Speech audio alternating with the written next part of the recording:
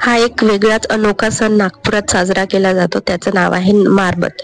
तर या सणाला नागपूरला जवळपास 150 वर्षांचा इतिहास आहे, म्हणजे गणपतीपेक्षा पण जुना आहे. ठीक आहे. तर या सणाला काळी मारबत, लाल मारबत आणि पिली मारबत या 3 प्रकारच्या मारबत बनवल्या जातात आणि त्यांच्यासोबत छोटे छोटे बडगे बनवले जातात. म्हणजेच ही प्रथा सुरू झाली जेव्हा राणी बाकाबाईने म्हणजे अंग्रेजांना सरेंडर केलं होतं. तर या निषेधार्थ नागपूरच्या सगळ्या लोकांनी पिवळी मारबत आणि काळी मारबत बनवली आणि त्यांना जाळलं होतं.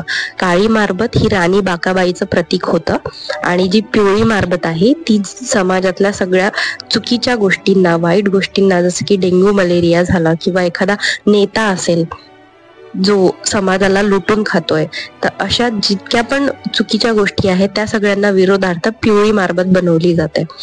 तर या दोघांनाही जाळलं जातं.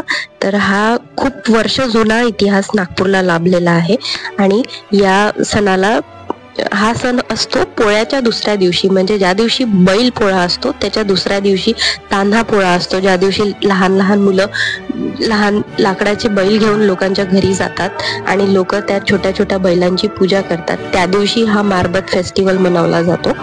तर या दिवशी पूर्ण नागपुरात रॅली निघते, म्हणजे जुलूस निघतो लाल मारबत, काळी मारबत आणि पिवळ्या मारबतीचा. म्हणजे काळी मारबत ही राणी बाकाबाईचं प्रतीक आहे, तिला जाळलं जातं कारण तिने अंग्रेजांना सरेंडर केलं होतं. पिवळी मारबत ही आहे की ती सगळ्या वाईट गोष्टींना घेऊन जाते स्वतःसोबत. जसं की यावर्षी डोनाल्ड ट्रम्पचा सुद्धा एक बडग्या बनवलेला होता. बडग्या वेगवेगळ्या प्रकारचे बनवतात, त्या सगळ्यांना ही मारबत घेऊन जाते स्वतःसोबत आणि मग त्यांना जाळलं जातं. जसं की समाजातल्या बिमाऱ्या झाल्या, बेरोजगारी झाली, अजून डोनाल्ड ट्रम्पचा मारबत दिसला यावर्षी.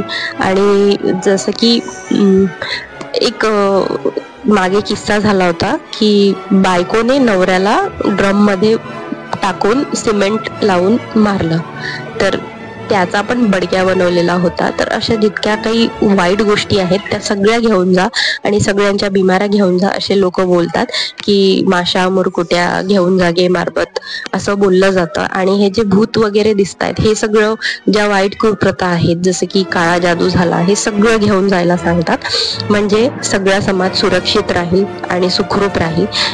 यासाठी हा फेस्टिवल मनवला जातो.